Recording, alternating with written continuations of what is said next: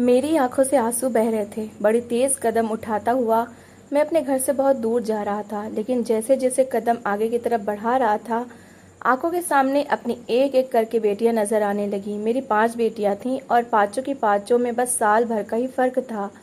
बेटी की इच्छा में पता ही नहीं चला कि मैं कब 5 बेटियों का बाप बन गया।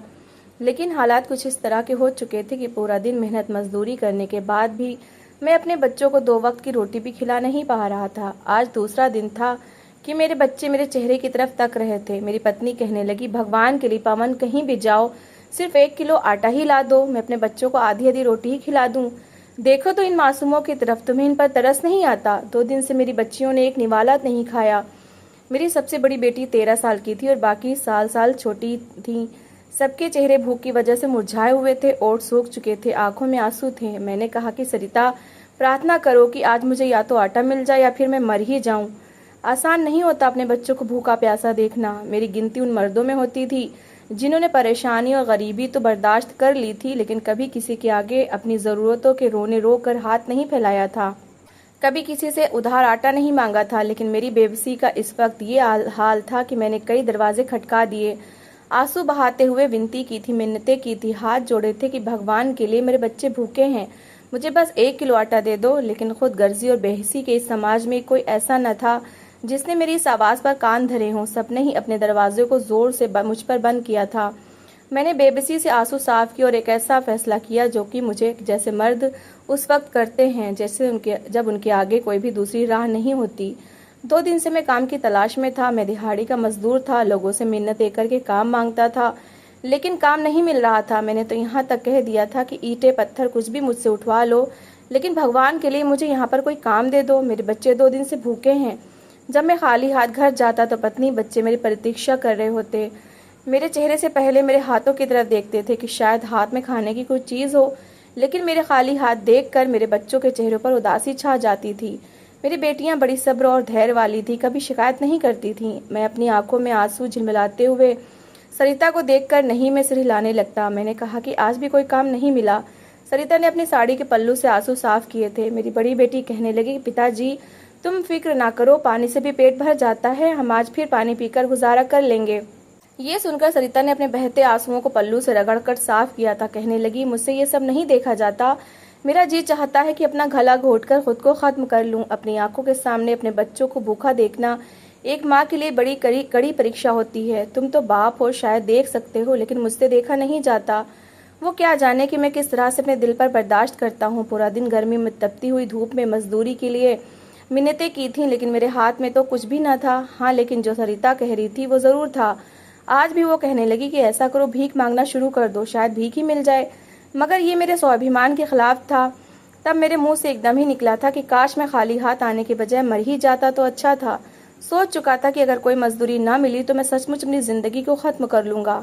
कम से कम मुझे ये तकलीफ तो नहीं देखनी पड़ेगी कि भूखे बच्चों के चेहरे देखकर खून के आंसू रोऊं।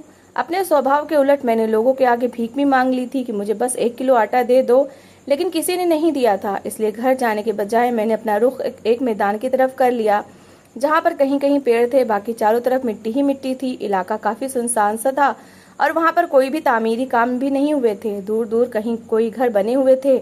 मरने के लिए वो जगह मुझे ठीक लगी थी, जहाँ मेरी चीखों पुकार सुनने वाला कोई नहीं था, ना ही कोई मुझे बचाने के लिए आएगा, क्योंकि मैंने वहाँ पर लोगों को आते जाते नहीं देखा था।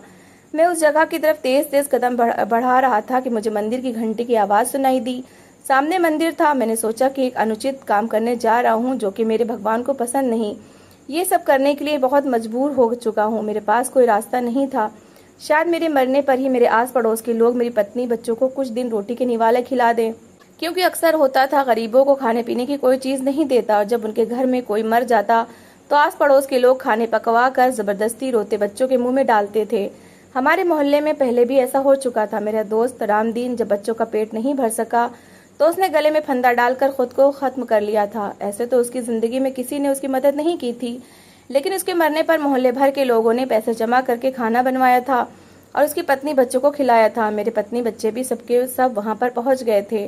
थोड़ी देर अफसोस किया था, लेकिन असल मकसद पेट भरकर खाना खाना था। और पिछले कई दिनों से भूखे रहने के बाद मेरे चौथे नंबर की बेटी कहने लगी कि भूख बर्दाश्त नहीं हो रही, माँ दुआ करो छोटी मर जाए। छोटी मरेगी तो 4 दिन पड़ोसी के यहाँ से खाना खाने को मिलेगा। ये सुनकर सरिता ने उसके मुंह पर थप्पड़ मारा था, लेकिन बात मेरे दिल को बड़ी जोर से लगी थी। अपनी आंखों में आने वाले आंसू मैं छुपा नहीं पाया था, लेकिन मेरी बच्ची रोते रोते भूखी सो गई थी। मैंने एक ठंडी सांस भरी थी। खुद ब खुद मेरे कदम मंदिर की तरफ बढ़ने लगे। मैं पूजा के लिए मंदिर में चला गया और इसके बाद जब प्रार्थना के लिए हाथ जोड़े तो आंसू बहने लगे। मैंने कहा, मेरे भगवान, मुझे माफ कर देना, पर मेरे पास दूसरा कोई रास्ता नहीं है। मैं अपने बच्चों के आंसुओं को नहीं देख सकता। मेरे लिए देखना बहुत मुश्किल है। शायद मेरी मौत उन्हें कुछ दिन खाना खिलाने का सबब बन जाए, इसलिए मेरा मर जाना ही बेहतर है। मैं अपनी जिंदगी से बिल्कुल मायूस हो चुका था। पूजा करने के बाद जब मैं मंदिर से बाहर निकला तो दोबारा उसी वीरान जगह की तरफ चलने लगा। कभी सरिता का रोता हुआ चेहरा आंखों के सामने आता, जिसने मुझसे शादी करने के बाद सिर्फ गरीबी ही देखी थी। अपने घर में उसे 2 वक्त की रोटी पेट भरकर जरूर मिलती थी, लेकिन मुझसे शादी के बाद बस 1 साल ही उसे 2 वक्त की रोटी नसीब हुई थी। जब पहली बेटी पैदा हुई तो उस वक्त मैंने सरिता से यही कहा था कि कोई बात नहीं, भगवान बेटा भी दे देगा, क्योंकि यही सुनता आ रहा था कि बेटा ही बाप का सहारा बनता है। अगले साल फिर बेटी हो गई। सरिता ने उसी वक्त कहा था कि 2 बच्चे ही हम पाल सकते हैं। तुम्हारा दिहाड़ी की मजदूरी का काम है, कभी काम होता है तो कभी काम नहीं लगता। मैंने कहा, कोई बात नहीं, जो आता है अपना नसीब लेकर आता है। इरादा तो मेरा भी ना था, लेकिन पता नहीं कैसे हर साल मुझे बेटी होने की खबर सुनाई देती। अब ये भी नहीं था कि मैं अपनी बेटियों से नफरत करता था। मेरी बेटियां बहुत अच्छी थीं। पिताजी पिताजी कहकर मेरे सारे काम करती थीं। मैंने कभी भी उनकी जुबान से कोई शिकायत नहीं सुनी थी। लेकिन 5 बेटियां हो चुकी थी और मैं सिर्फ उन्हें परवरिश के नाम पर 2 रोटी ही खिला पाता था। लोगों के छोटे फटे पुराने कपड़े पहनकर ही उन्होंने गुजारा किया था। होली दिवाली पर भी दूसरों की उतरन ही पहनती थीं। आज तक उनके तन पर कभी नया जोड़ा नहीं पहना गया था, क्योंकि मेरी इतनी कमाई ही नहीं होती थी। दिहाड़ी भट्टे ईंटें उठाता, पत्थर उठाता, मजदूरी करता, फिर जाकर बस इतने ही पैसे कमाता कि बस आटा सरिता को लाकर पकड़ा देता। सब्जी क्या होती है, दाल किसे कहते हैं, हमें नहीं पता था। कभी लहसुन हरी मिर्च नसीब हो जाती तो उसमें नमक मसाला डालकर बड़े मज़े की चटनी बना देती थी और उसी के साथ रोटी खा लेते थे, वरना अक्सर तो सूखी रोटियों को ही पानी के साथ अपने अंदर निगल कर पेट को भरना पड़ता था। लेकिन पिछले 2 दिन से तो बच्चों ने कुछ भी नहीं खाया था, फिर भी पानी पी पी कर यही कहती कि पिताजी तुम चिंता ना करो, हमारा पेट पानी से भर जाता है। लेकिन मैं जानता था कि पेट पर कपड़ा बांधकर मेरी बेटियां सोती थीं ताकि भूख से पेट में दर्द ना होने लगे। इसलिए अपनी कमर और पेट पर कपड़ा जोर से कसती और जमीन पर ही चादर बिछाकर लेट जाती। न घर में कोई चारपाई थी और न ही कोई ठीक ठाक सा कमरा था, बस छोटा सा आंगन था। मेरी बड़ी बेटी को पढ़ने का बहुत शौक था, लेकिन मैं कभी इतने पैसे कमा ही नहीं पाया कि उसे स्कूल की शक्ल ही दिखा सकता। जब भी वो पुराने अखबार देखती तो बड़ी हसरत से उन पर हाथ फेरने लगती। सरिता से कहती कि माँ, मुझे बहुत शौक था कि मैं स्कूल में पढूं और बड़ी होकर मैम या डॉक्टर बनूं। सरिता कहती है, पढ़ाई लिखाई हम जैसे मजदूर लोगों की किस्मत में नहीं है। हमें तो 2 वक्त की रोटी ही पेट भरकर मिल जाए तो भगवान का बड़ा एहसान समझते हैं। कभी कभी तो मेरी बेटियां कहती कि पिताजी, अगर आटे के पैसे नहीं होते तो कचरे से ही खाना उठा कर ले आते। लोग कचरे में भी तो फेंक देते हैं ना, हम वही खा लेंगे। जब बेटियों की ऐसे बातें सुनता तो मेरा कलेजा फटने को आता था। आसान नहीं होता ये सब सुनना, ना बाप के लिए ना माँ के लिए, लेकिन हम सुनते थे और अपने आंसू रोकते थे। अमीर लोग अपनी जेबों में पैसे भरने के बाद भी यही समझते हैं कि पैसा कम है या पैसे पर बस उन्हीं का हक है। ये नहीं सोचते कि भगवान पैसा देकर भी आजमाता है और लेकर भी। पैसे दिए हैं तो इसलिए दिए हैं ताकि गरीबों की मदद की जाए, लेकिन कोई नहीं करता था, इसलिए मजबूरन मुझ जैसे बेबस बाप को आत्महत्या का रास्ता अपनाना ही पड़ता है। मैं भी अपने हालात से तंग आ चुका था, इसलिए इस वीरान जगह पर पहुंच गया जहां कहीं कहीं पेड़ थे और पेड़ भी सूख चुके थे। मैं आते हुए अपनी पत्नी की साड़ी छुपा कर ले आया था, क्योंकि मेरे पास तो आत्महत्या करने के लिए रस्सी लाने के भी पैसे न थे। इसलिए साड़ी को बांधा और 3-4 ईंटें रखकर उस पर खड़ा हो गया। साड़ी का दूसरा किनारा अपने गले पर बांधा। दिल जोरों से धड़कने लगा था, बुरी तरह से कांप रहा था। कहना आसान है कि आत्महत्या कर ली, लेकिन करने वाला जिस तकलीफ से गुजरता है वो मैं अब महसूस कर सकता था। मेरी आंखों से आंसू बह रहे थे। किसी का जी नहीं चाहता जिंदगी के मसले लूटने को, सांस लेने को, जीने को।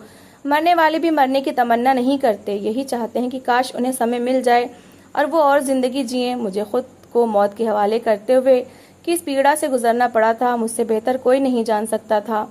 मैं बेबसी की आखिरी हद पर खड़ा था। मेरे पैर के नीचे 4-5 लाल ईंटें थीं जो मेरे पैर के साथ डगमगा रही थीं। लगता था कि अभी ईंटें गिरेंगी और मेरे गले पर कपड़े की पकड़ कसने लगेगी।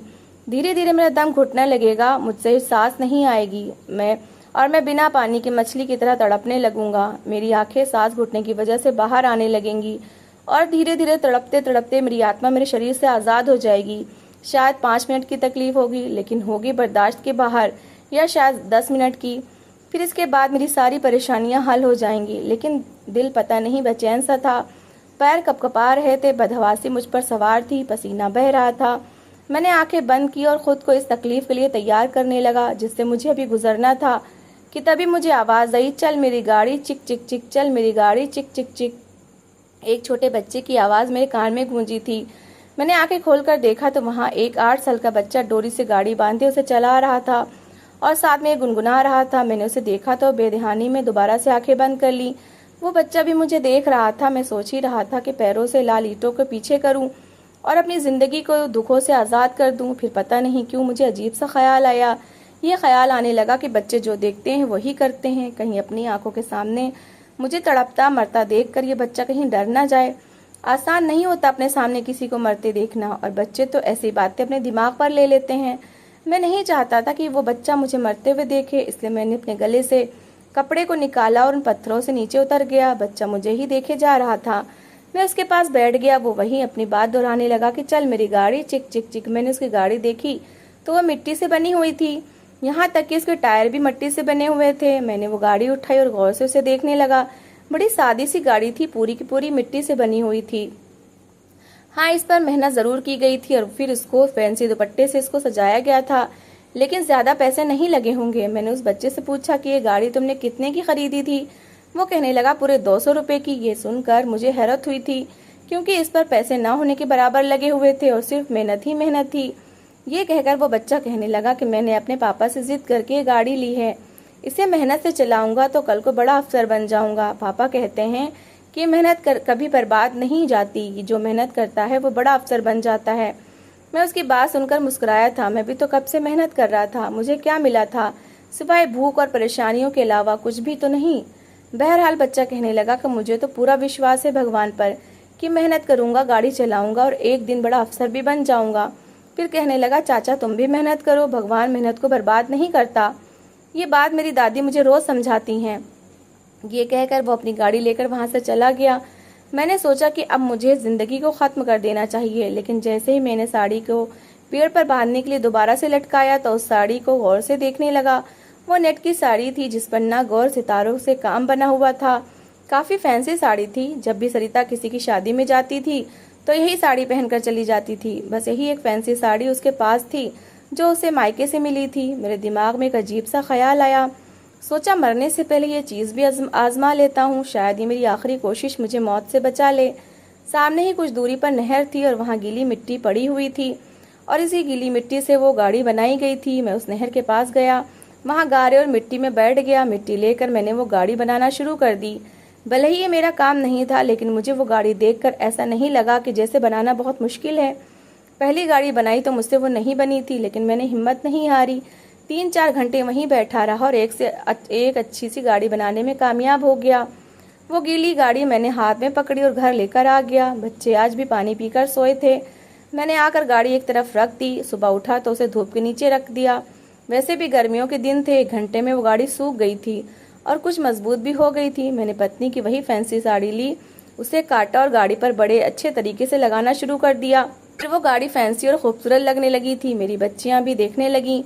मैं उस गाड़ी को बाजार लेके आ गया। इसे 100 रुपये में बेच दिया। 4 घंटे में बनाई गई गाड़ी 1 मिनट में बिकी थी। मैंने जल्दी से आटा लिया और अपनी पत्नी से कहा कि आज इससे ही गुजारा कर लो। उसने फटाफट से आटा गूंदा और रोटी खाकर हमने अपनी बेटियों को तसल्ली दी थी। अगले दिन सुबह सवेरे में दोबारा उसी नहर के पास चला गया। उस दिन मैंने पूरा दिन लगाकर 5 गाड़ियां बनाई थी और 5 गाड़ियों को वहीं एक साइड पर रख दिया। रात को घर आ गया। अगले दिन जब पहुंचा तो धूप से वो सूख चुकी थी। मैंने उन गाड़ियों को अपनी पत्नी की साड़ी से सजाया और बाजार चला गया। मैं तो हैरान रह गया, क्योंकि हाथों हाथ वो गाड़ियां बिकी थी और इस बार मैंने गाड़ियों को 200 रुपये में बेचा था। 1000 जब घर लेकर आया तो पत्नी की आंखें फटी की फटी रह गईं। मैंने उस दिन अपने बच्चों को पेट भरकर रोटी खिलाई थी और साथ में पुदीने और हरी मिर्च, प्याज की चटनी और दाल भी। अब मैं रोज गाड़ियां बनाने लगा। मेरा हाथ अब तेजी से गाड़ियां बनाने में माहिर हो चुका था। अब मैं रोज की 10 गाड़ियां बना लेता, जिसे कभी 150 तो कभी 100-200 में बेच देता। बच्चे जिद करके वो गाड़ियां खरीदते थे। मैं सस्ती बाजार जाता और वहां से फैंसी किस्म के दुपट्टे उठा कर ले आता। जो मुझे कौड़ी के भाव मिलते थे और उससे मैं गाड़ियों की सजावट कर लेता। मेरा ये काम 3 दिनों में तरक्की करने लगा था। अब तो मेरा हाथ इतना तेजी से चलता था कि मैं 20-25 गाड़ियां भी एक दिन में बना लेता था। एक दिन में 4-5 हजार कमाना कोई मामूली बात तो नहीं थी। फिर मैंने अपनी बेटियों को भी गीली मिट्टी लाकर देना शुरू कर दी, जो मुझे बिल्कुल मुफ्त मिलती थी। अपनी बेटियों को भी मैंने गाड़ी बनाना सिखा दी। अब ये हुआ था कि मेरी बेटियां और पत्नी वो गाड़ियां बनाने लगती। हमने रोजाना की 50-60 गाड़ियां बनाना शुरू कर दी। अब मैं करीबी दूसरे गांव में जाकर वो गाड़ियां बेचने लगा। एक दिन में वही सारी गाड़ियां बिक जाती थीं। फिर मैंने एक छोटी सी दुकान खरीद ली थी और वही गाड़ियां बनाकर बेचना शुरू कर दी। आसपास के गांव से भी लोग आकर वो गाड़ियां खरीदने लगे। मेरा यह काम तरक्की करने लगा था। घर में खाने पीने की चीजें आने लगी। मैंने अपनी छोटी बेटियों को स्कूल में डाल दिया था। धीरे धीरे मेरे हालात बदलने लगे थे। मैंने जमीन खरीदनी शुरू कर दी। 1 से 2 दुकानें हो चुकी थी। मेरी बेटियां मेहनत से गाड़ियां बनाती और हालात को बदलने लगीं। धीरे धीरे 5-6 सालों में मेरे हालात एकदम ही बदल चुके थे। बड़ी बेटी की शादी पर मैंने उसे दहेज में सब कुछ दिया था और उसकी शादी भी धूमधाम से की थी। इसी तरह बाकी की बेटियों के बारे में भी भगवान ने मेरा बहुत साथ दिया था। मेरी सारी बेटियां धीरे धीरे इज्जत से अपने घरों की हो चुकी थीं।